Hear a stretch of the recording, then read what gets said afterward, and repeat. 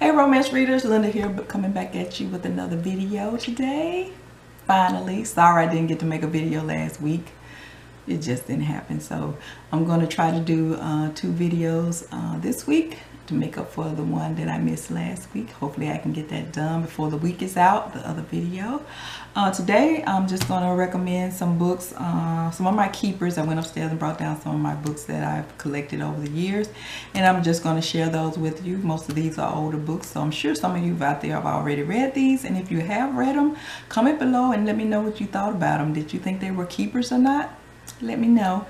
And if you haven't read them, check them out. They're excellent. So let's get started. You know, I got mostly historicals up in here. Mostly some of these are. So start off with the historical first. The Sherbrooke Bride. One of my subscribers mentioned that she had thought she had purchased the Sherbrooke Bride, and I commented back then I thought I had read this, and while I was going through my books to pull them out to get what I wanted to share with you all on here, I found it, and I wrote it right in some of my books if they were good or not, and I looked through here and look what I found. I wrote very good. So she I don't know if she asked me had I read it or not, and I know that I kind of remembered it, but I wasn't for sure, but I found it and I did enjoy it, so I gave it a very good, so I give it a thumbs up. And it's the Sherbrooke Bride, Catherine Coulter. And I'll read a little bit of this. Douglas Sherbrooke, Earl of Northcliffe, is a man besieged. He must have an heir. Thus he must first provide himself with the requisite bride. Alexandra Chambers, youngest daughter of the Duke of Bradford, has loved Douglas Sherbrooke since she was 15. Unfortunately, it is her sister, the uncomparable Melisande, he wishes to wed. So, I haven't read it in a long time, so I don't remember much of it, but I did put very good in there, so I'm going to recommend it to you all out there, the Sherbrooke Bride. Next, I have The Fall by Claudia Dain. Another historical. Oh, let me see when this was published. I'm gonna try to tell you the date when these were published. This was published in 1992. And like I said, the next one is The Fall by Claudia Dain. I'm not going to read the back of this, but it's a historical. And this was published in 2004. It was a good book. I didn't write in here this one, whether it was good or not, but I like Claudia Dain. So it was in my keeper pile, so I'm sure it was very good. The Fall. Next I have up is Georgina Gentry, Half-Breed Bride. This was also good. Oh, I just wrote good. Yeah, I just wrote good. I didn't write very good in here, so I guess it was good enough for me to keep. You know, some of those books you read and they have those moments in there that the book might not be good, but then you just come up on a moment in the book that you be like, dog, that was really good. And you might think about it and you'd be like, I'm going to keep this book because I might want to read that passage again. This might was probably one of them because I did keep the book, even though I put good in it. And Georgina Gentry, Half-Breed Bride. And I'll read a little bit of this. Born dirt poor, Sassy Malone had only her wits and wiles to get her by in life. So when tragedy struck her soon-to-be wed employer, the feisty lass seized her chance. Armed with a new identity, she passed herself off as a high-class lady and boarded the ship bound west for the untamed Washington Territory, and an arranged marriage to a wealthy rancher. Though the all-too-viral hunter made it all too clear that she was not the blushing bride he imagined, Sassy saw the searing desire in his eyes. She also knew something else. The big dark loner harbored a savage secret. And that's Half-Breed Bride by Georgina Gentry, a historical. Next, I have one of my favorite authors, Love Come to Me by Lisa Kleypas. I do remember this one. This was an excellent book. Let me see, did I write anything in here?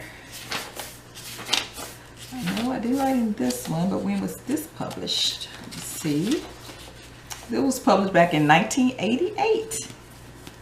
And I'll read a little bit of this. When strong and handsome Heath Rain pulled lovely young Lucinda Caldwell from a winter river, he rescued her from an icy death. But soon he was plunging her into a torrent of passion that this New England beauty had never suspected could claim her.